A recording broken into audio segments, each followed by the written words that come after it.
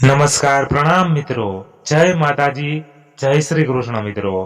આજની વાત છેલ્લે સુધી સાંભળવા નમ્ર વિનંતી છે। તો ચાલો શરૂ કરીએ। આજની વાત સૂરજનો તડકો પણ જમીન પર ના પડે એવું એક વિશાળ ને ઘટાદાર જંગલ, અને આ જંગલને અડીને એક ગામ હતું। ગામમાં માંડ 50 જેવા ઘર ને વળી લગભગ 350 જેવા માણસો રહેતા હતા।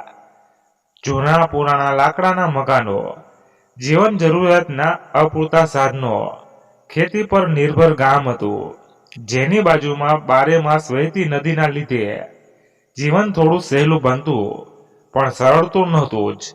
તે છતાંય ગામના લોકો પરિસ્થિતિ પ્રમાણે પોતાને ઢાળી પોતાનું જીવન જીવતા હતા।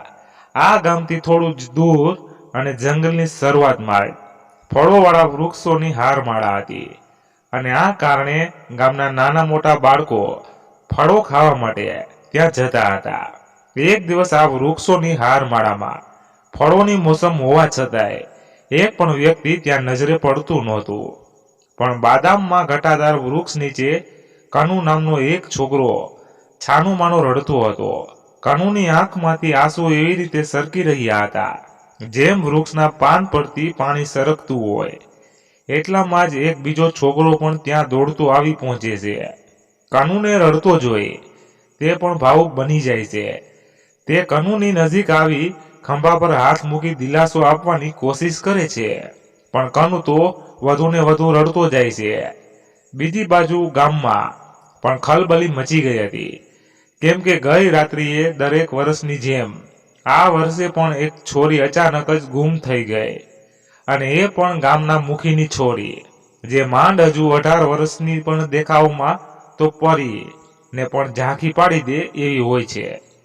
મુખીની પત્ની માત્ર છોકરીને 5 વર્ષની મૂકીને જ દુનિયાને અલવિદા કહી દીધું હોય છે।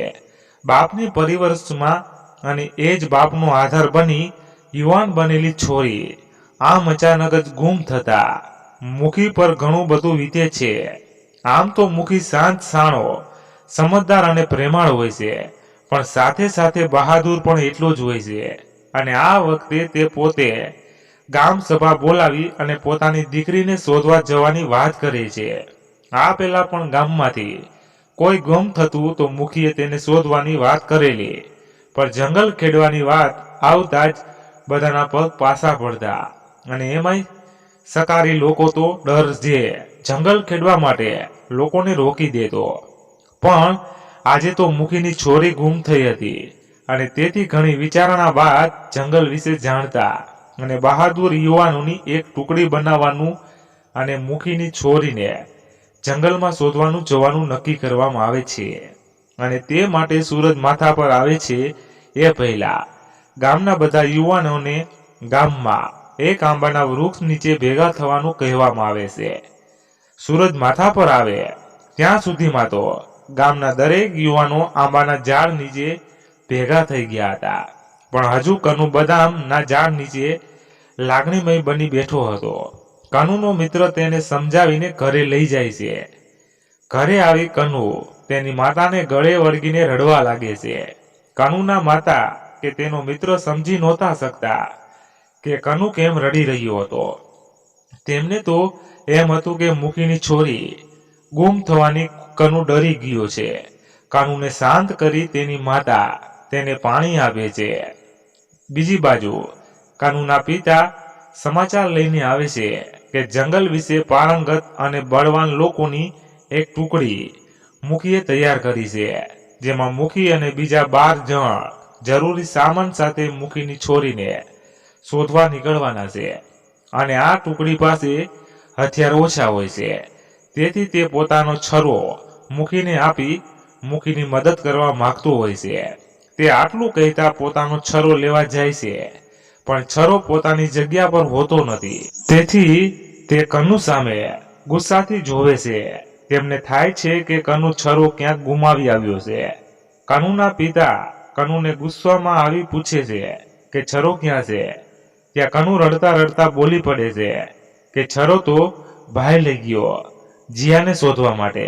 અને આટલું સાંભળતા કનુના મિત્ર અને માતા સમજી જાય છે કે કનુ તેના ભાઈની ચિંતા કરી રડી રહ્યો છે. કનુની માતા આ સાંભળતા જ હેબતાઈ જાય છે. તેમનો ચહેરો નિસ્તેજ બની જાય છે. પણ કનુના પિતા આ સાંભળતા પોતે પણ મુખીની ટુકડીમાં જોડાવા માટે દોડે છે. પણ તે મોડા પડે છે. મુખી પોતાની ટુકડી સાથે જંગલમાં નીકળી ગયા હોય છે. કનુના પિતા નિરાશ થઈ પાછા આવે છે અને કનુના મોટા ભાઈ રોહન માટે ચિંતા કરવા લાગે છે. કનુનો મોટો ભાઈ રોહન, જે મહેનતુ, ગુણવાલ, નીડર, હોશિયાર, સશક્ત અને રૂપવાન છોકરો છે, તેના જંગલ ખેડવાના ઘણા કિસ્સા ગામમાં ચર્ચાતા હતા.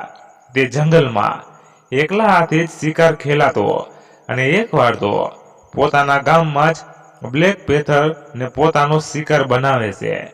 તે પોતાના પ્રેમાળ અને બહાદુરીના કિસ્સાઓ માટે આખા ગામમાં જાણીતો હોય છે. રોહનના પિતાના મનમાં સકારી કબીલાનો ખ્યાલ આવતો તે વધુ ચિંતિત બની જાય છે. તે જાણતા હતા જંગલમાં 3-4 દિવસના અંતરે વસતા લોકો જાનવર જેવા હતા. તેમની અંદર ના લાગણી હતી કે ના કોઈ ભાવના. તેમના માથા પર બસ શિકાર કરવાનો જનૂન સવાર રહેતો હતો. પછી તે પ્રાણી હોય કે માણસ, જે પણ સકારી લોકોના હાથે ચડતા એ માર્યા જતા હતા. પોતાના પુત્રની ચિંતા થતા રોહનના પિતા પોતે પણ થોડો ઘણો સામાન અને ગામ લોકોનું કોમન હથિયાર કુહાડી લઈને કનુને તેની માતાનો ખ્યાલ રાખવાનું કહીને મુખીની ટુકડીમાં જોડાવા અને પોતાના પુત્રને બચાવવાના હેતુથી નીકળી પડે છે. તેમની સાથે બીજા 3 જણ પણ જોડાય છે, જેમણે મુખીની જેમ જ પોતાની લાડકી દીકરીઓને ગુમાવી હોય છે.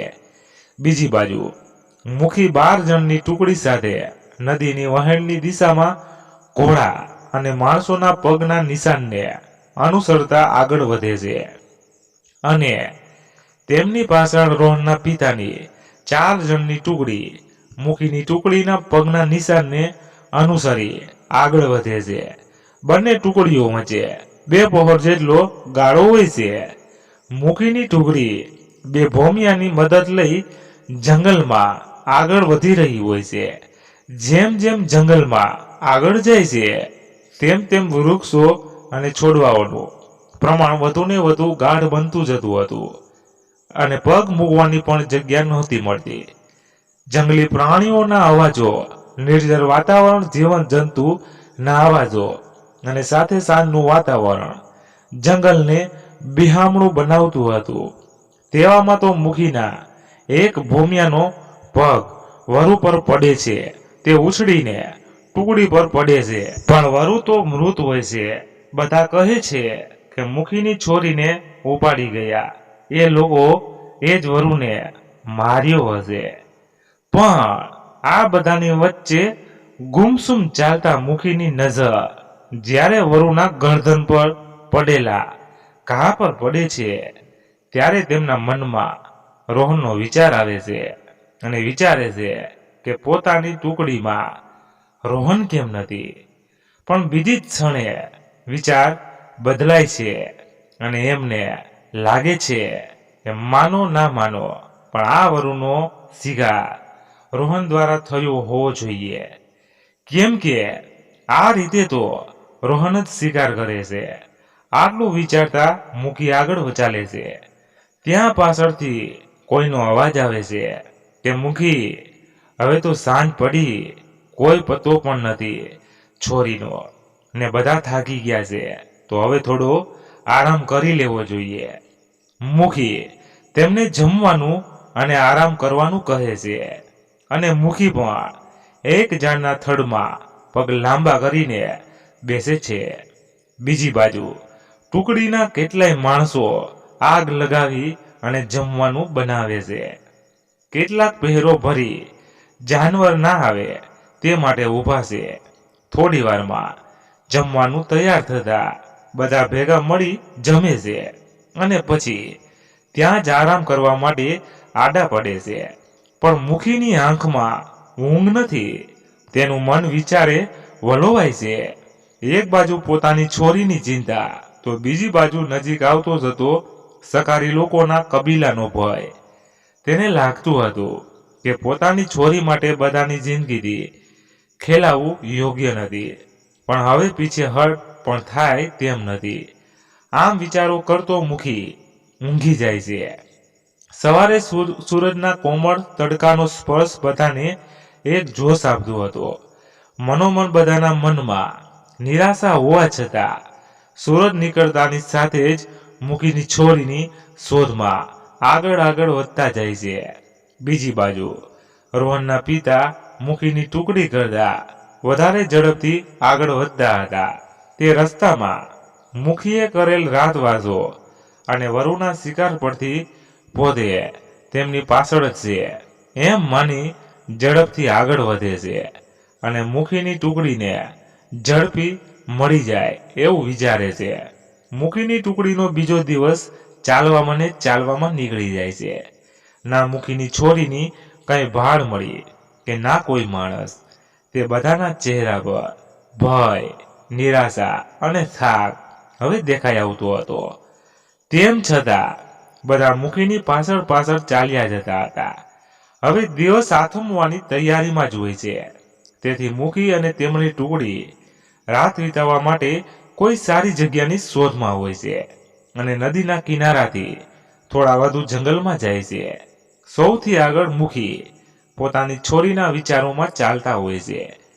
ત્યાં અચાનક તેમનો પગ કોઈ દોરી સાથે અથડાય છે. તેની સાથે જ મુખી અને તેના 8-9 જણ અચાનક જ એક ઝાડ પર લટકી જાય છે. બાકી વધેલા છોડાવવાની કોશિશ કરે છે, પણ તેટલામાં તો હોહા ના અવાજથી વાતાવરણ ગુંજી ઉઠે છે. મુખી અને તેમના લોકોની નજર વિચિત્ર અવાજ કરતા લોકો પર પડે છે અને મુખી તેમને દેખાતા જ સમજી જાય છે કે આ તો સકારી લોકો. મુખી તરત જ બધાને ચેતવે છે કે જોજો, કોઈ કાંઈ બોલતા હોય તો ચૂપચાપ રહેજો. હાલ પૂરતું સંભાળી લેજો.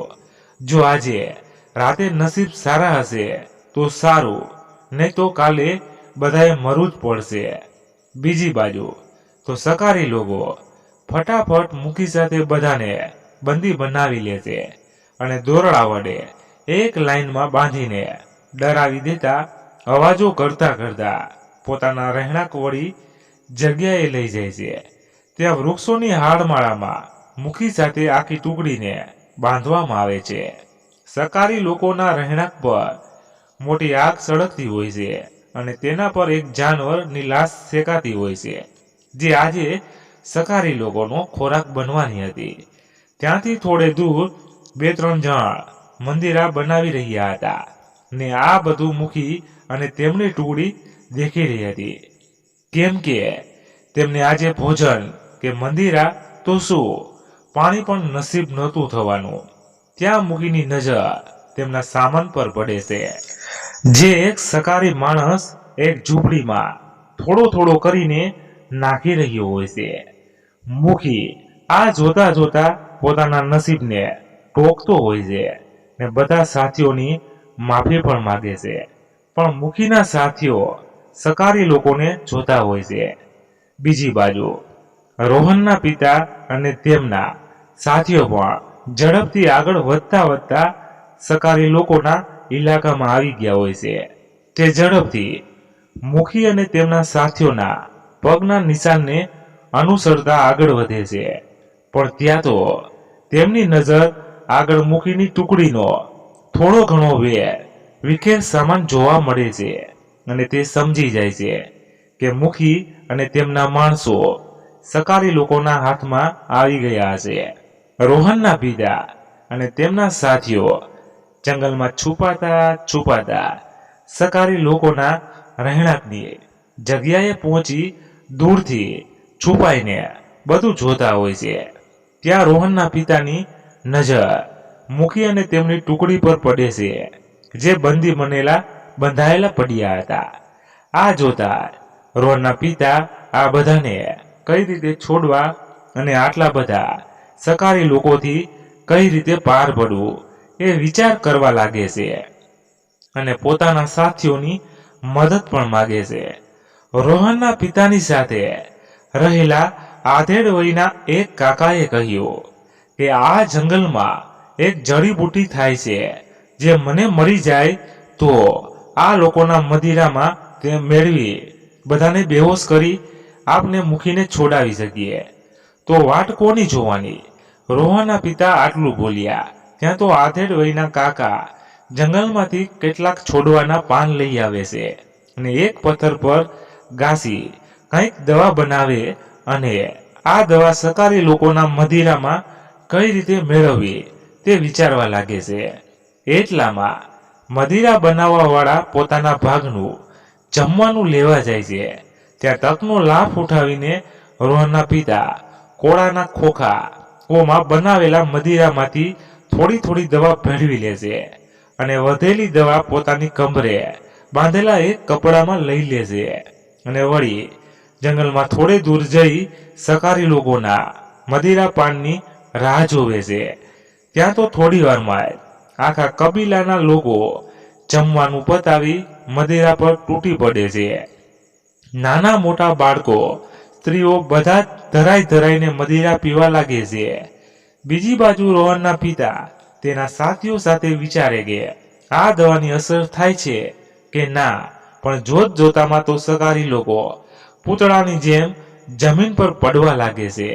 આ જોતા જ રોહનના પિતા તેના સાથીઓ સાથે કબીલાના વધ્યા ઘટ્યા લોકોની નજરથી બચતા બચતા મૂકી અને તેમના સાથીઓને બંધનમાંથી મુક્ત કરે છે અને પછી બધા ભેગા મળી થોડા જે સકારી લોકો બેહોશ થવાની બચ્યા હતા તેમના સાથે યુદ્ધ કરીને બધાને વૃક્ષોની એ જ હારમાળામાં બાંધીને પોતાનો સામાન લઈ ત્યાંથી નીકળી જાય છે. તે બધા આખી રાત ચાલતા રહે છે અને સકારી લોકોના કબીલાથી ઘણા આગળ નીકળી જાય છે અને ત્યાં સવાર પડે છે અને બધા ભગવાનનો ઉપકાર માની રોહનના પિતાનો આભાર માને છે અને નદીના કાંઠે રોકાઈ બધા પાણી પીવે છે અને ત્યાં આવેલ ફળો વાળા વૃક્ષો પરથી ફળો ખાઈ થોડો આરામ અનુભવે છે અને બધા આરામ કરવા માટે ત્યાં જ બેસી જાય છે. સાથે સાથે બધાના મનમાં ઘણા સવાલો હોય છે કે રોહનના પિતા અહીં ક્યાંથી બધાને કેવી રીતે બચાવ્યા? તેમની તો કોઈ છોરી જ નથી, તો ગુમ થવાનો સવાલ નથી. તો પછી રોહનના પિતા અહીં કેમ? આટલા સવાલો હોવા છતાં કોઈ કંઈ બોલતું નથી. બધા જીવ બચ્યાના આનંદમાં ને આખી રાત ચાલ્યા છે તો આરામ કરવામાં જ વ્યસ્ત રહે છે. પણ બીજી બાજુ મૂકી ધીરે ધીરે રોહનના પિતાની પાસે જાય છે અને તેમને પૂછે છે, અલિયા એ માધવ, તું કેમ પોતાનો જીવ જોખમમાં નાખીને જંગલમાં તારા સંગાથે આવેલા વિશે તો સમજાયું, પણ તું આવ્યો એ કંઈ સમજાતું નહીં. ત્યાં રોહનના પિતા માધવે જવાબ આપતા કહ્યું કે મારો છોરો રોહન તમારી છોરીને બચાવવા માટે એકલો જ જંગલ ખેડવા નીકળી ગયો અને એક બાપ તરીકે હું આમ પોતાના દીકરાને મોતના મોઢામાં જતા જોઈ ના શકું, માટે જ હું પણ તમારી સાથે આવી તમારી છોરી જેમ મારા છોરાને પણ ઘરે પાછો લઈ જવા માટે આવ્યો છું. આ સાંભળીને મૂકી રોહનના પિતાના ખંભે હાથ મૂકે છે અને પછી બધા સાથીઓને આગળ વધવાનું કહે. જે 13 થી વધીને હવે 17 થયા છે તે બધા ભેગા મળી નાના મોટા અવરોધો અને મુશ્કેલીઓનો સામનો કરતા કરતા આગળ વધે છે અને રાત થતા એક સારી જગ્યાએ વિસાવા માટે બધા રોકા જાય છે. બીજી બાજુ રોહન પણ હવે થાકીને અસ્તવ્યસ્ત થયો હોય છે. તેને પણ જીયાના કોઈ સમાચાર મળતા નથી. તે રાત થવાની આરામ માટે એક વિશાળ વૃક્ષ પર ચઢી વૃક્ષની મોડી ડાળી પર ઊંઘી છે, પણ તેની આંખોમાં હજુ ઊંઘ નથી. બસ જીયાના જ વિચારો દોડતા હોય છે અને ત્યાં તેની નજર ચાંદ પર પડે છે. તેની ચાંદનીથી આખા જંગલને મુગ્ધ બનાવતું હોય છે. આ ચાંદ અને તેની ચાંદનીને જોઈ રોહન જીયાની યાદમાં ખોવાઈ પોતાના ભૂતકાળમાં સરી જાય છે. ઝાડ પર ઊંઘેલો રોહન પોતાનો ભૂતકાળ વાગોળે છે અને વિચારે છે કે એક દિવસ જ્યારે મુખીના ઘરમાં વાઘ ઘૂસી જાય છે ત્યારે આખા ગામમાં હાહાકાર મચી જાય છે અને પોતે સાહસ ખેડવા એકલો જ મુખીના ઘરમાં ઘૂસી જાય છે અને વાઘને ભગાડવામાં પોતે પણ વાઘના પ્રહારોથી ઘાયલ થાય છે. ત્યારે પોતાના માટે ઔષધ લઈને આવેલી મુખીની છોરી જેના ગુણ રૂપ અને સંસ્કારથી પોતે તેના માટે કેટલો ખેલો બની ગયેલો.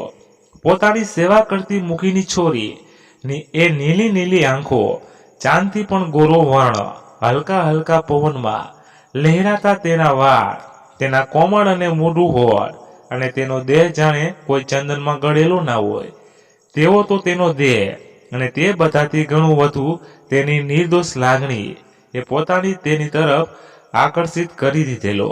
જ્યારે મુખીના ઘરેથી નીકળી પોતાના ઘર તરફ જતો હોય છે ત્યારે મનમાં તો મુખીની છોરીના જ વિચારો આવી જતા હોય છે ને ઘરે ગયા પછી પણ વારે ઘડીએ મુખીની છોરીને જોવાની ઈચ્છા થતી.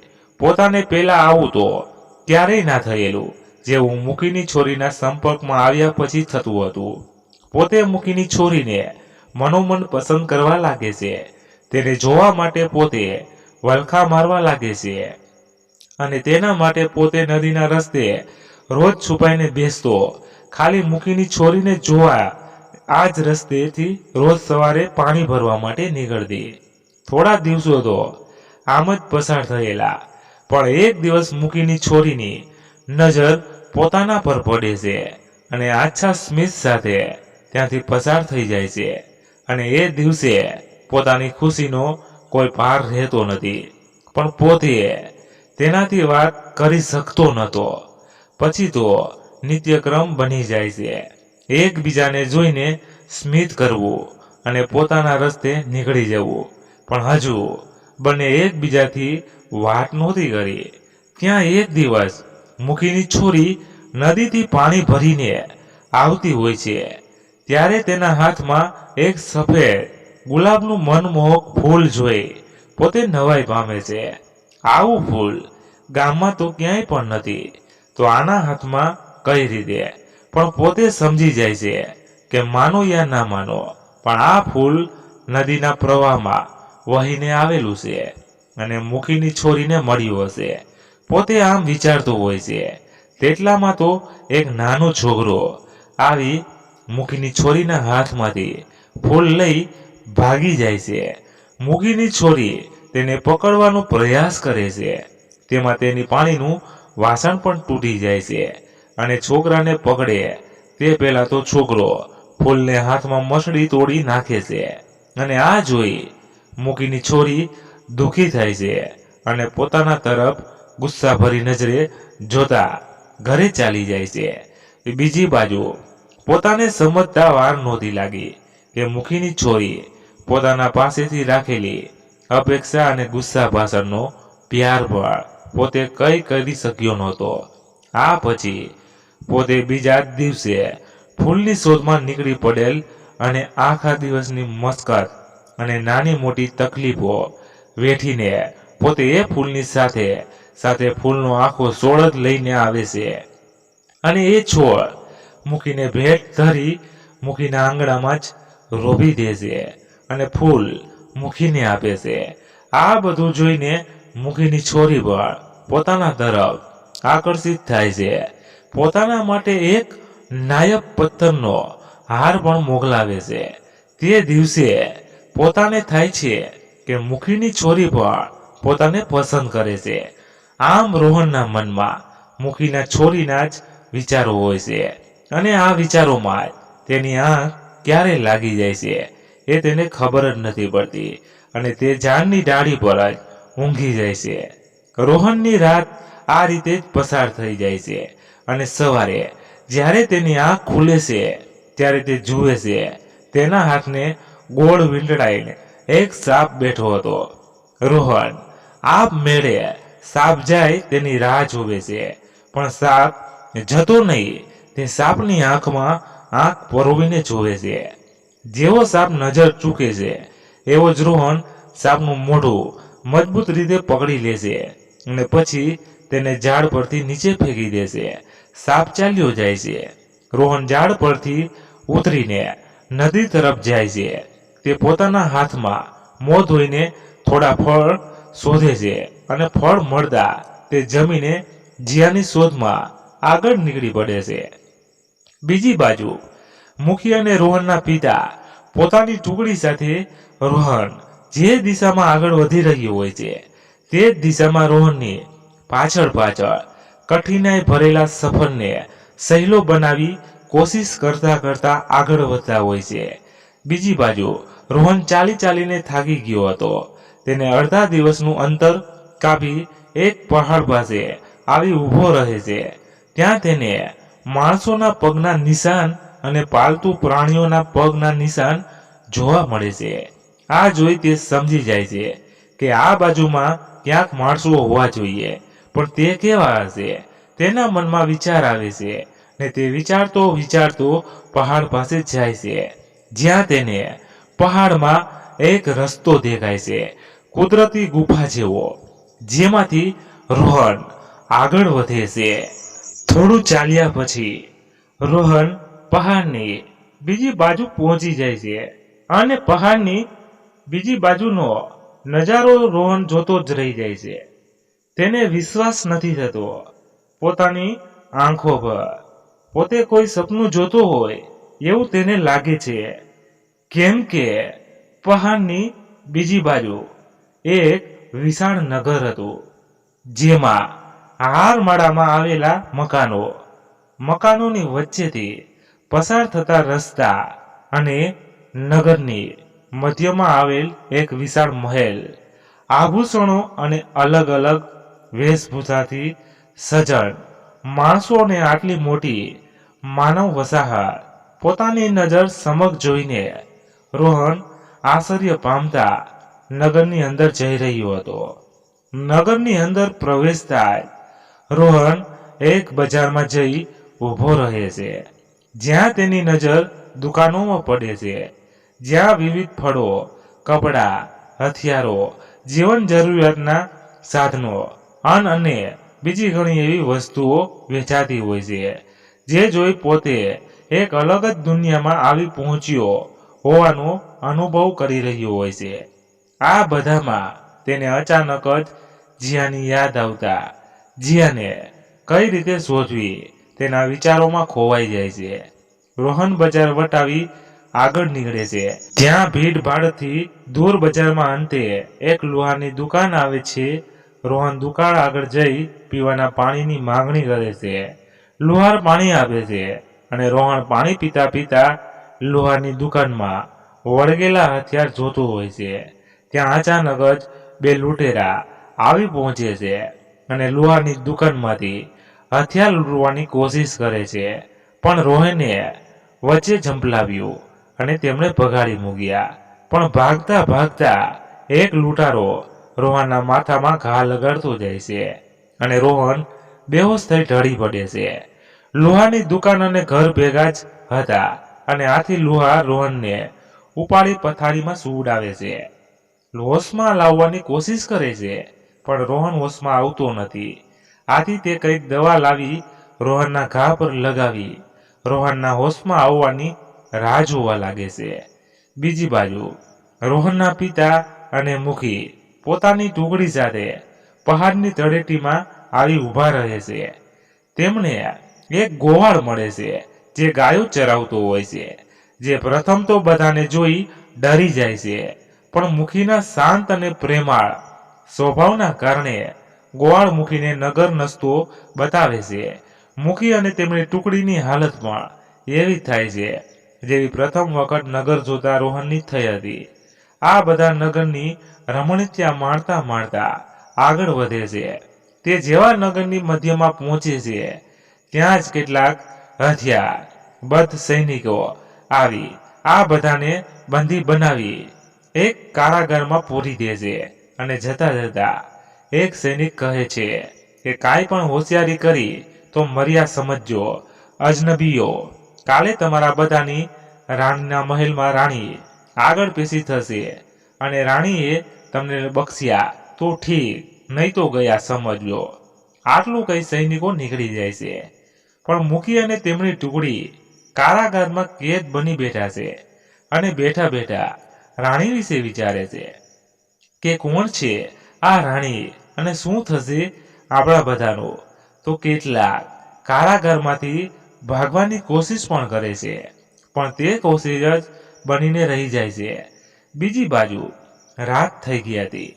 રોહન અને મુખીની ટુકડી એક જ નગરમાં હતા, પણ અલગ અલગ સ્થળે અને અલગ અલગ પરિસ્થિતિમાં. પણ લુહાર પણ રોહનના હોશમાં આવવાની રાહ જોતો હોય છે, પણ રોહન હોશમાં આવતો નથી. તેથી રોહનને પથારીમાં ઊંઘતો છોડી પોતે પણ ઊંઘી જાય છે. હવે સવાર પડે છે. એક બાજુ કારાગારમાં રહેલા મુખી પોતાની ટુકડી સાથે ચિંતિત બની સૈનિકોની આવવાની રાહ જોતા બેઠા હતા, ને બીજી બાજુ લુહાર રોહન હજુ પણ હોશમાં આવ્યો ન હોવાથી ચિંતા કરતો પોતાની દુકાનમાં બેઠો હતો. બીજી બાજુ નગરમાં અચાનક કોલાહલ મચવા લાગે છે. કોલાહલ સાંભળતા રોહન હોશમાં આવે છે. રોહનને હોશમાં આવેલો જોઈ લુહાર ખુશ થાય છે. બંને કંઈક વાતચીત કરે છે. એ પહેલા તો કોલાહલ વધવા લાગે છે અને બંને દુકાનની બહાર આવી શું થયું તે જોવા લાગે છે. લુહાર સાથે રોહન રસ્તા પર આવી એવો નજારો જોયો જે પોતે ક્યારેય પણ કલ્પના પણ માં નહોતું વિચાર્યું. તેને જોયું કે બહાર ઘોડા પર સવાર સૈનિકો અને તેમની પાછળ દોરડા વડે બાંધેલા 17 જણ અને તેમની પાછળ નગરજનો એ બધાને પથ્થર વડે મારી રહ્યા છે. અને આ બધા જ બંધીજનો પોતાના ગામના અને તેમાં એક પોતાના પિતા. આ નજારો જોતા રોહન બધાને બચાવવા માટે દોડે છે, પણ લુહાર તેને રોકી લે છે અને પોતાની દુકાનમાં લઈ જાય છે અને સમજાવે છે કે આ બધાને છોડવા માટે આ યોગ્ય સમય નથી. તેને બધાને છોડવા હોય તો ધીરજપૂર્વક કામ લેવું પડશે. લુહાર અને રોહન વચ્ચે વાતચીત થાય છે અને રોહન પોતાની બધી પરિસ્થિતિ લુહારને જણાવે છે અને રોહનની પ્રેમ અને પરિવાર તથા આટલા દિવસ સફરની વાતો સાંભળી લુહાર રોહનની મદદ કરવા માટે ઉત્સુક બને છે અને નગર તથા નગરની રાણી વિશે જણાવતા રોહનને કહે છે કે આ નગરનું નામ બાલાગઢ છે અને તેની રાણી રૂપમતી છે. સમગ્ર રાજ્યનો રાજભાર રાણી સંભાળે છે અને આ નગરમાં તેના મહેલ સિવાય મહેલથી જમણી બાજુ એક પહોળના અંતરે કારાગાર આવેલું છે, જ્યાં નગરના ગુનેગારો ને કેદ કરવામાં આવે છે. ને મહેલની ડાબી બાજુ અડધા દિવસના અંતરે રાણીનો અંતપુરનો મહેલ આવેલો છે, જેની આજુબાજુ પણ કોઈ પુરુષ જોવા મળતો નથી.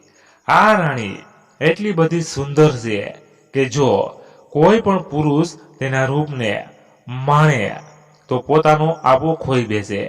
તે હંમેશા યુવાન જ રહેતી. જ્યારે મેં એને પહેલી વાર જોયેલી ત્યારથી આજ સુધી મારી અડધી ઉંમર વહી ગઈ, પણ રાણીના રૂપમાં કે તેના યૌવનમાં જરા પણ બદલાવ નહીં આવ્યો. અને આની પાછળનું કારણ એ હતું કે રાણી કાળા જાદુની માલકીન હતી. તે યુવાન અને રૂપવાન સ્ત્રીઓને બંદી બનાવી પોતાના અંતપુરમાં લાવતી અને ત્યાં દર મહિનાની અમાવસના રોજ કાળા જાદુ વડે યુવાન અને રૂપાળી છોકરીના રૂપ પોતે કાળા જાદુ વડે છીનવી લેતી. આ સાંભળતા રોહનના ચહેરા પરથી રંગ ઉડી જાય છે. તેને સમજતા વાર નહીં લાગતી કે પોતાની જીયા પણ રાણીનો જ શિકાર બની છે અને તે તરત જ લુહારને પૂછી નાખે છે કે તો શું મારી જીયા પણ? આટલું પૂછતા રોહનની આંખો નમ થઈ ગઈ હતી. પણ સાથે લુહાર પોતાની વાત આગળ વધારતા જણાવે છે કે ના, હજુ અમાવસ આવવાની વાર છે. તો શાયદ જીયા હજુ વાક્ય પૂરું કર્યું ન હતું તે તેટલામાં તો જોર જોરથી નગારા વાગવાનો અવાજ સંભળાવા લાગે છે. લુહાર વાક્ય અધૂરું છોડી રોહનને એક ધાબળો ઓઢાડીને એક મેદાનમાં લઈ જાય છે, જ્યાં મૂકી રોહનના પિતા ને બાકી ટુકડીના માણસો બંધી બનેલા બેઠા હતા, જેમની ત્રણેય બાજુ થોડું અંતર છોડી નગરના લોકો બેઠા હતા. તો બીજી બાજુ રાણીના સૈનિકો અને રાણીનું અત્યંત સુંદર બેસવાનું આસન હતું ને બધાને રાણીની આવવાની રાહ જોઈ રહ્યા હતા. રોહન અને લુહાર પણ એક બાજુ પોતાની જગ્યા લઈ લે છે અને એ પણ રાણીની આવવાની રાહ જોવા લાગે છે. થોડી વારમાં 10 દાસીઓ સાથે રાણી મેદાનમાં આવી પહોંચે છે. તેના રૂપને જોઈ કેટલાય પુરુષો ઘેલા બની રહ્યા હતા, પણ રાણીના ડરથી કોઈ નગરજણ ઊંચું પણ જોતો નહોતો. રાણી આવી પોતાના આસન પર બેસે છે. મુખી સાથે આખી ટુકડીનો પરિચય પૂછી નગરમાં આવવાનું કારણ પૂછે છે અને મુખી જણાવી દે છે કે પોતે પોતાની દીકરીને શોધવા આવ્યો છે. રાણી આટલું જ સાંભળતા પોતે સજાગ બની જાય છે અને મુખી સાથે બધાને હંમેશા માટે કેદ કરવાનું કહે છે. અને આટલું કહી રાણી પોતાના મહેલમાં ચાલી જાય છે. રોહન અને લુહાર પણ ઘરે આવી જાય છે અને રોહન એ મુખીના તેના પિતા અને બાકીના બધાને રાણીની કેદમાંથી છોડાવવા લુહારની મદદ માગે છે અને લુહારના પગમાં ભીની આંખે ઢળી પડે છે. લુહાર રોહનને આશ્વાસન આપ્યું અને જણાવ્યું કે બધાને છોડવાનો એક રસ્તો છે. કારાગારમાં જ્યારે જમવાનું મોકલવામાં આવે છે ત્યારે કંઈક જુગાડ કરી આપણે કારાગારમાં જઈ બધાને છોડાવી શકીએ. પણ આ બધું આપણે ત્યારે કરી શકીએ જ્યારે રાણી અમાવસ આવતા 3 દિવસ અંતપુરમાં હોય, કેમ કે આ 3 દિવસ દરમિયાન કારાગારમાં 40-50 જેટલા સૈનિકો હોય છે અને સદનસીબે 2 દિવસ પછી જ અમાવસ હોય છે. પણ આ 2 દિવસનો સમય રોહનને ઘણો વધુ લાગતો હતો. રોહન અને લુહાર બંને મૂકીને કેદમાંથી છોડાવવા માટે વિચાર વિમર્શ કરવા લાગે છે. બીજી બાજુ કેદ મૂકી અને તેમની ટુકડીએ ઘરની આશા છોડી મૂકી હતી ને બધા પોતાની ફૂટેલી કિસ્મત પર રડી રહ્યા હતા. આ બાજુ રોહન આ 2 દિવસનો સમય લુહારને હથિયાર બનાવવા મદદ કરી વિતાવે છે. આ સમય દરમિયાન લુહાર રોહનને એક સુંદર તલવાર બનાવીને ભેટ આપે છે. આમ 2 દિવસ વીતે છે ને અમાવસનો દિવસ આવે છે. રાણી પોતાની દાસીઓ સાથે અંતપુરમાં જાય છે. અંતપુરમાં એક પણ પુરુષ નહોતો, જ્યાં માત્ર સ્ત્રીઓ જ હતી. જે દાસીઓ અને સૈનિકો બંને રૂપી હતી. જેવી રાણી નગરમાંથી નીકળે છે તેવા જ અડધા સૈનિકો કારાગારમાંથી નગરમાં આવી જાય છે અને કારાગારમાં માત્ર 30-40 સૈનિકો વધે છે. બીજી બાજુ જેમ જેમ સાંજ નજીક આવતી હતી તેમ તેમ રોહન અને લુહાર બંને મૂકી અને તેમની ટુકડીને છોડાવવા અધીરા બની રહ્યા હતા. દિવસ આથમતાની સાથે રોહન અને લુહાર કારાગારના રસ્તામાં હથિયારો સાથે છુપાઈ જાય છે અને ભોજન લઈ જનાર સૈનિકોની રાહ જોવા લાગે છે. જેવા જ ભોજન લઈને સૈનિકોની ગાડી નીકળી એવા જ રોહન અને લુહાર હુમલો કરી ભોજન લઈ જનાર સૈનિકોને મારી એક ઝાડ સાથે બાંધી દેશે અને પોતે સૈનિકોનો વેશ ધરીને ભોજનની ગાડી લઈને કારાગારમાં જાય છે. કારાગારમાં ભોજન લઈને પહોંચતા કારાગારના બધા સૈનિકો હથિયાર મૂકી ભોજન માટે આવી પહોંચે છે. લુહાર બધાને જમાડે છે. તેવામાં મોકો જોઈ રોહન કારાગારમાં જતો રહે છે અને લુહારે આપેલ હથિયાર વડે તાળા તોડી બધાને આઝાદ કરે છે અને પછી બધા મળી સૈનિકોના હથિયાર લઈ લે છે. બીજી બાજુ સૈનિકો જમતા હોય છે અને તે જ સમયે રોહન અને મુખીની ટુકડી હુમલો કરી સૈનિકોને બંદી બનાવી એ જ કારાગરમાં પૂરી દે છે. બીજી બાજુ પોતાના છોકરાને જીવતો જોઈ રોહનના પિતા બહુ જ ખુશ થઈ ગયા હતા. રોહનના પિતા રોહનને ભેટી પડે છે અને રોહન પણ પિતાને છોડાવી બહુ જ આનંદ અનુભવતો હોય છે. બીજી બાજુ મુખી સાથે આખી ટુકડીને આઝાદ થયાની ખુશી હોય છે. બીજી બાજુ રોહનને એ બધાને કહે છે કે સૈનિકોના ઘોડાઓ પર બધા સવાર થઈ જાઓ.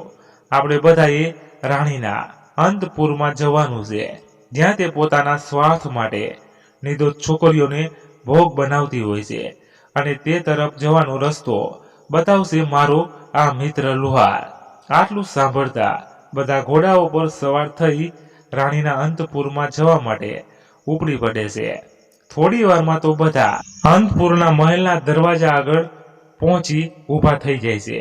આમ રોહન એ મુખી, તેના પિતા લુહાર અને બાકીની ટુકડી સાથે કુલ 19 જણ રાણીના અંતપુરના દરવાજા આગળ મૌન બની ઊભા હોય છે. નગરથી દૂર અને જંગલ વિસ્તારમાં આવેલા આ મહેલ તથા તેની આજુબાજુનું વાતાવરણ ડરામણું લાગતું હતું. તેમાં જંગલી જાનવર સાથે સાથે વરુ અને ઘુવડના બિહામણા અવાજોને અમાવસની ચાદર ઓઢીને પથરાયેલો અંધકાર વાતાવરણને વધુ ભયમય બનાવી રહ્યો હતો. ચાલો બધા મહેલની અંદર. આજે રાણી અને તેની ગુલામીનો આખરી દિવસ છે. આ ભયમય અને સુમસાન વાતાવરણ ચીરતો રોહનનો અવાજ બધાના કાને અથડાયો.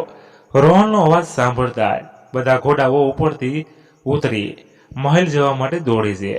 જેમાં સૌથી આગળ રોહન અને બીજા બધા તેની પાછળ હોય છે.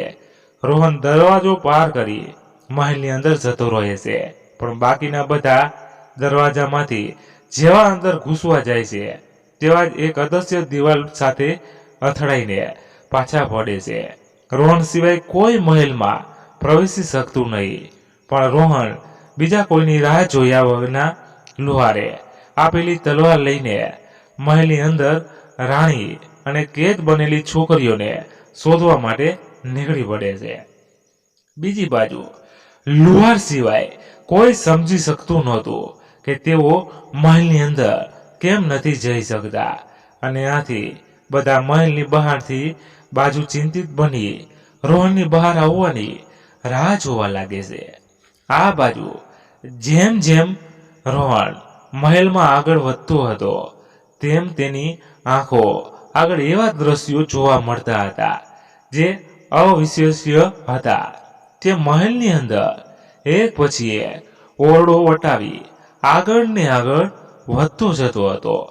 સુમસાન વાતાવરણ ચીરતો તે એક વિશાળ ઓરડા આગળ આવી ઊભો રહે છે. આ ઓરડાનું દ્રશ્ય જોઈ પોતે હેબતાઈ જાય છે, કેમ કે આ ઓરડામાં ચારેય બાજુ મસાલો સળગતી હતી અને તેના અંજવાળામાં દેખાતું એ દ્રશ્ય જ્યાં ઓરડાની વચ્ચોવચ એક વર્તુળ બનેલું હતું, જેની મધ્યમાં રાણી અને તેની આગળ એક છોકરી, જેનું સંપૂર્ણ શરીર હવામાં હતું. રાણી કંઈક મંત્રો બોલી રહી હતી. તેના ચારે બાજુ 8-10 દાસીઓ તેની સેવામાં ઉભેલી હતી. આ સિવાય કોઈ છોકરીઓ દેખાતી નહોતી. આટલા મોટા મહેલમાં એક આ ઓરડા સિવાય બાકી કોઈ પણ જગ્યા કોઈ જોવા મળ્યું નહોતું. અને અમાવસની રાતને એમાંય રાણીને જોઈને રોહન સમજી ગયો હતો કે રાણી પોતાની કાળી જાદુઈ શક્તિ વડે પોતાની આગળ વર્તુળમાં હવામાં તરતી છોકરીને યુવાની અને રૂપ છીનવી રહી હતી. રોહન વધારે વાટ ના જોતા પોતે તલવાર લઈ ઓરડામાં પ્રવેશી જાય છે. રોહનને ઓરડામાં પ્રવેશતો જોઈ રાણીની દાસીઓ તેને મારવા દોડે છે, પણ તે દાસીઓ રોહન આગળ ટકી શકતી નથી અને થોડી વારમાં તેમનો અંત થઈ જાય છે. દાસીઓની હાર થતા જોઈ રાણીને મંત્રો અધવતે છોડીને ઊભી થાય છે. તે રોહન સામે ગુસ્સાથી જોવે છે અને પૂછે છે કે મારા આ જાદુઈ મહેલમાં કોઈ પુરુષ પ્રવેશી શકતો નથી, તો તું કઈ રીતે મારા મહેલની અંદર કોણ છે તું?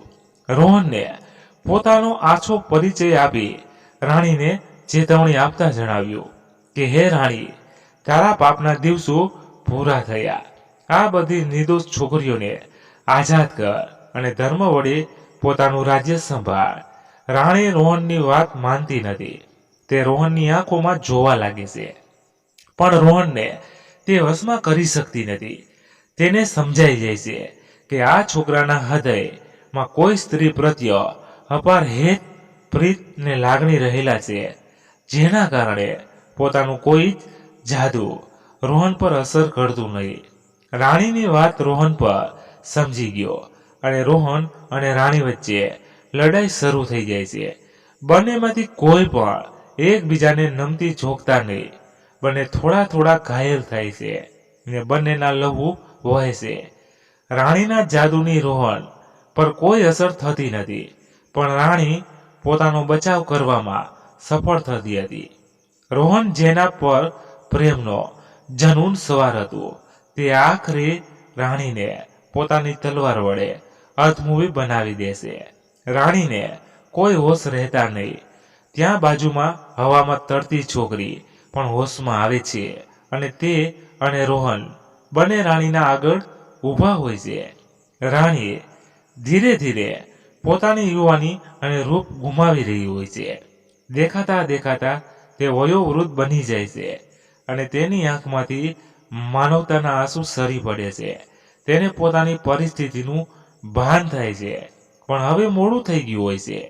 રોહન રાણીનું માથું પોતાના ખોળામાં મૂકી હમદર્દી વ્યક્ત કરે છે. ત્યાં વયોવૃદ્ધ બનેલી રાણી પોતાનો છેલ્લો શ્વાસ રોહનના ખોળામાં જ લઈ મૃત્યુ પામે છે. રોહન રાણીના પાર્થિવ શરીરને બાજુમાં સુવાડી પોતે જીયા અને બાકીની છોકરીઓને શોધવા લાગે છે. બીજી બાજુ બહાર ઉભેલા બધા રાત ઘણી પસાર થઈ જવાની ચિંતિત બની આતુરતાથી રોહનની વાત જોતા હતા.